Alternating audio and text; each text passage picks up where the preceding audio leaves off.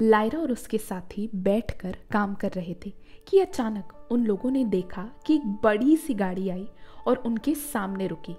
कुछ देर बाद लायरा की एक साथी आई और उसने बताया कि कुछ लोग अखबार से आए हैं और लायरा का इंटरव्यू लेना चाहते हैं।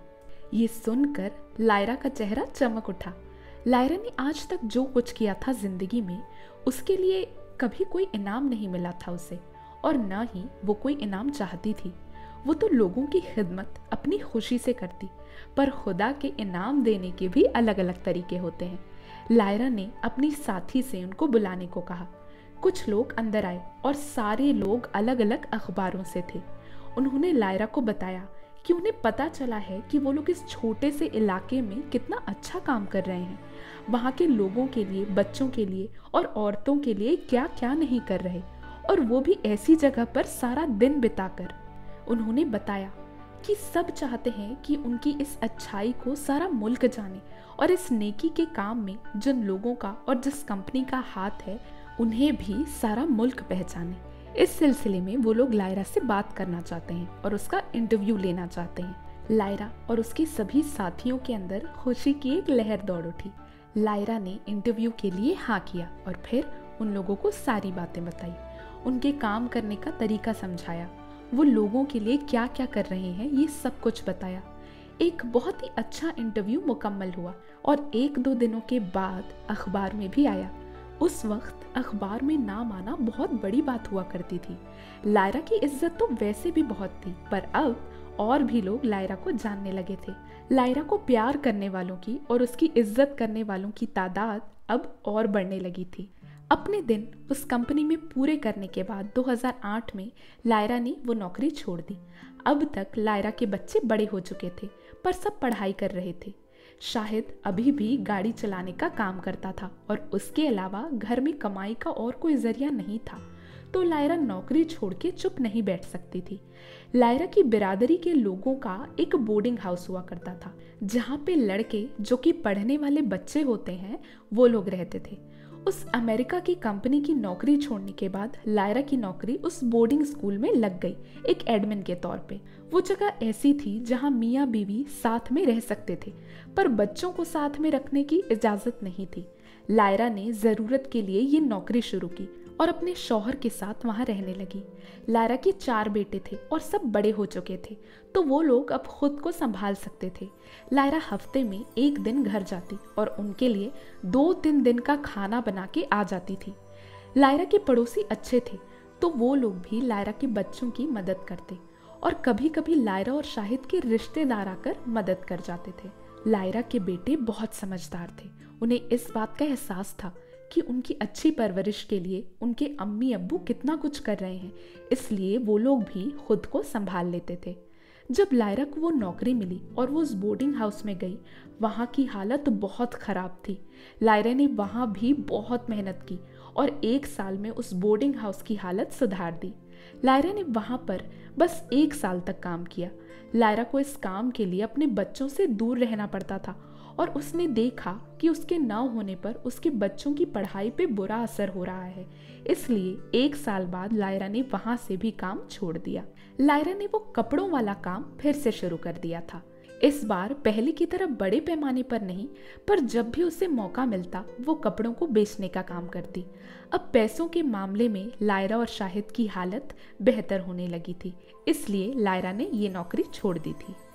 लायरा और शाहिद अपने घर आ गए और लायरा अब बच्चों पे पहले से ज्यादा ध्यान दे पा रही थी।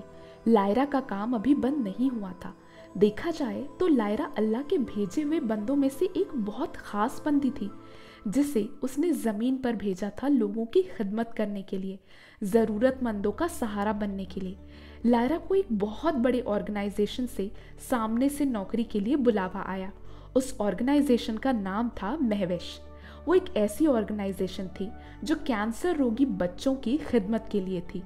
वो बच्चे जिनको डॉक्टर्स जवाब दे चुके होते हैं कि अब उनका बचना मुश्किल है, वो लोग उन बच्चों की आखिरी ख्वाहिश पूरी करते थे।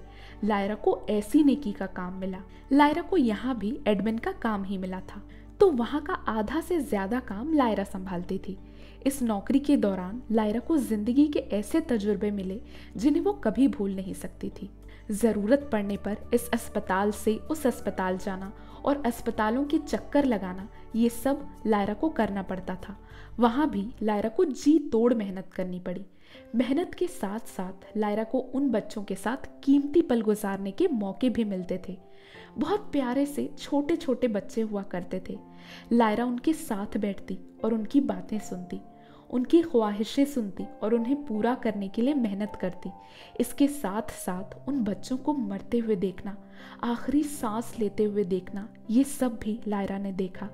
वो खुद को रोने से नहीं रोक पाती, पर उसे पता था कि ये जिंदगी का नियम है, जो आया है वो जाएगा भी, और इस सच को कोई चाह के भी नहीं बदल सकता। लायरा की इस नौकरी के दौरान लायरा के 2 बड़े बेटों की नौकरी लग चुकी थी।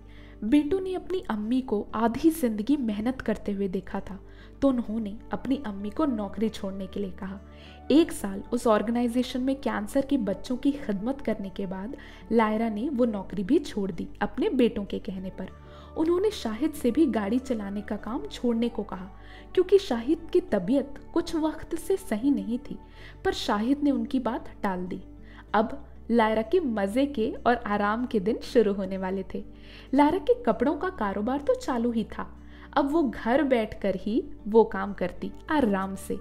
लायरा को एक लाइफ इंश्योरेंस का काम भी मिल गया। लायरा ने वो काम भी करना शुरू किया और आगे चल के भी वो ये काम करने लगी। लाइफ इंश्योरेंस वाले काम के लिए अगर वो दफ्तर जाती तो वहाँ उसे बहुत से मर्दों से बात करनी पड़ती थी, इसलिए उसने घर से काम करना ही मुनासिब समझा। कुछ वक्त बाद लायरा ने अपने बेटे को भी इस काम में लगवा दिया, तो फिर बेटे के साथ मिलकर वो ये काम करने लगी।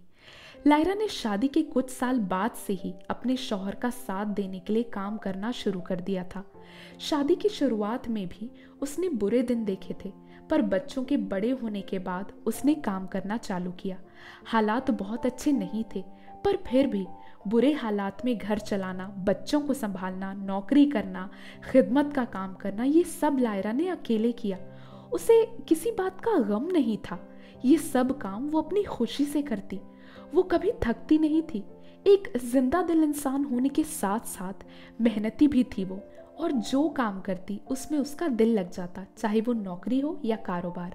जिंदगी ने भले ही उसे ऐसे रास्ते दिए जिस पे चल कर जाना बहुत मुश्किल था, पर लायरा ने हर एक मुश्किल खुशी खुशी पार की और उफ तक नहीं किया। और अब जब लायरा के बच्चे नौकरी करने लगे थे तो लायरा ने सोचा कि अब उसके आराम के और फुर्सत के दिन शुरू होने वाले हैं। पर जिंदगी को कुछ और ही मंजूर था। जिंदगी ने एक ऐसा दांव खेला जिसने लायरा और उसके परिवार की जिंदगी तबाह कर दी। तो दोस्तों, आपको क्या लगता है ऐसा क्या होने वाला है जिससे लायरा और उसके परिवार की ज़िंदगी तबाह हो जाएगी? अपने अपने थॉट्स कमेंट बॉक्स में लिखकर ज़रूर बताइएगा। अगर आपको आगे का चैप्टर चाहिए तो भी कमेंट बॉक्स में लिखकर ज़रूर बताइएगा। अगर कहानी इंटरेस्टिंग लग रही है तो वीडियो को लाइक करें, शेयर करें, और आगे के चैप्टर्स पाने के लिए हमारे चैनल को सब्सक्राइब करें और बेल आइकन क्लिक करें। Thank you.